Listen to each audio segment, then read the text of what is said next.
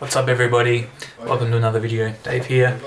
Had a good training session the other day, good table time session, and my experience at that table session encouraged me to make this video, which is really all about my philosophy about table time when you are the weakest guy at the training session, which basically is what my experience was the other day, which is what you'll be watching in this video. So if you're a newer arm wrestler, or the people that you train with are stronger, more experienced, then this might interest you and you might get something out of it.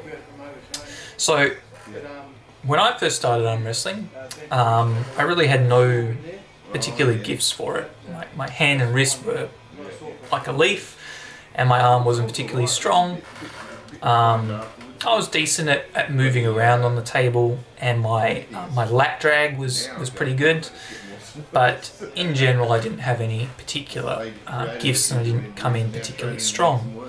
So that has meant that for the majority of the 2.5 years that I've been pulling, that I've been one of the weaker guys at the training sessions, which has given me a lot of time in a losing and defensive position, and a lot of time to develop my philosophy and my style of training when I just realized that I am too weak or not strong enough, whichever way you want to look at it. It's kind of a glass half full situation. So one of the things, the primary things that I think is actually quite important, and it might seem a little counterintuitive for a lot of new pullers, is when you're the weaker guy at training, I think it's very important not to go 100%. And why do I think that? Well, if you are one of the weaker guys, if you go 100%, then most of the guys you're pulling are just going to hold you anyway, right? So you're going to be maxed out, you're going to be doing a massive 1RM redlining, and they're going to hold you. If you go 80%, then what's different? There's absolutely no difference, except they're going to still be holding you, and you will actually have more energy to contribute towards good technical adjustments and pulling with good form. The more you max out, the more your form is going to deteriorate, and you're going to either separate, or you're going to make mistakes, or you're going to pull in bad positions. So if you know that everyone else around you is stronger, or the majority is stronger, I would get in the habit of trying to arm wrestle at around 80%. Another thing is, again, it sounds counterintuitive, but focus on control. Don't pull more than what your form will allow. So, for example, you don't want to pull so far back that your hand you lose your rise and your pronation goes. Unless, you can't really help it if the guy you're going against just takes everything from you. What I'm talking about is that if they're just holding rather neutrally, you don't want to max out on your back pressure that you lose your rise and your pronation, basically. You want to keep everything as controlled as possible. And this goes back to what I started with, which is that if you're pulling at 80%, this is easier to be done. If you're pulling at 80% on your back pressure, then it will allow you, generally speaking, most of our back pressure is stronger than our hands and wrists when starting out, so we can yank a lot more and we'll lose our hand, we'll pull our own hand down.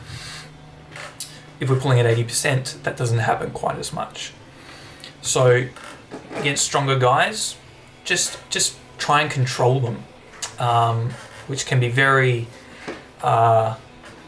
counterintuitive, because you want to max out and see them struggle, and when you try control, you're not actually going to control them, right? So if you try and block their pronation with your cup, you're not actually going to be doing that.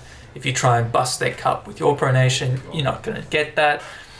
But it's very good practice to get into, I think. And as you get stronger, those good habits will translate very well when you're up against equal guys, equal strength guys, or weaker guys. then those good habits of really focusing, not on pinning, not on maxing out and putting everything into one pull, but to control and pull in good form and be consistent pressure, give consistent pressure, all those attributes will pay off. So in a lot of these pulls, you will see me, when I do actually go for a pin, it's not often that it is like a last surge, like I have to get this pin otherwise I'm done. If I'm going on offensive in these pulls, it's trying to control all the way down with consistent pressure. And if it doesn't work, then it doesn't work. And if it does work, then that's a completely controlled pin. And I think our bodies get a lot out of that. That's a good thing to drill. Rather than go 100%, our form may go a bit dodgy, and we may get the pin, we may not get the pin. So as you're watching me pulling, that's basically my entire goal when I realize that most of these guys are going to be too strong for me, is try and control, keep my form well. If I lose, try and lose well. If I realize that I can't budge this guy's center table, I can't do anything with his hand, I still try and work it. Still try and work it in the center and keep my form as good as possible. It's to get away from the idea of pinning, unless pinning comes naturally with the pressure that you're putting out, of consistent, controlled pressure.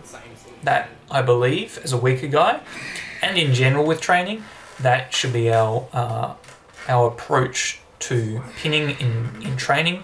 Should be slow, controlled, unless you're practicing for a tournament and practicing ready goes or things like that. Anyway, guys, those are just some quick thoughts on training as one of the weaker guys at a session. If you watched up until now, appreciate you. Thanks for watching, guys, and I'll catch you in the next video. Cheers.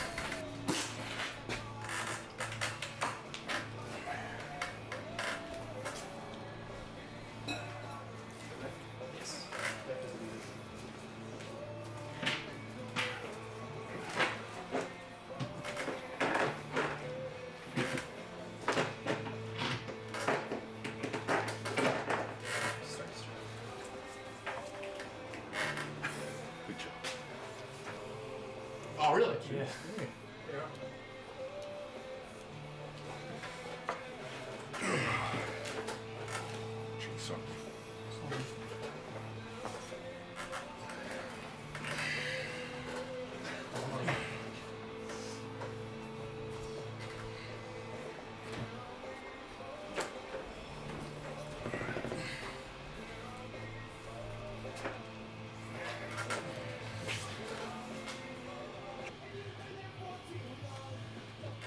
Probably a two-stopper, is it? Somewhere?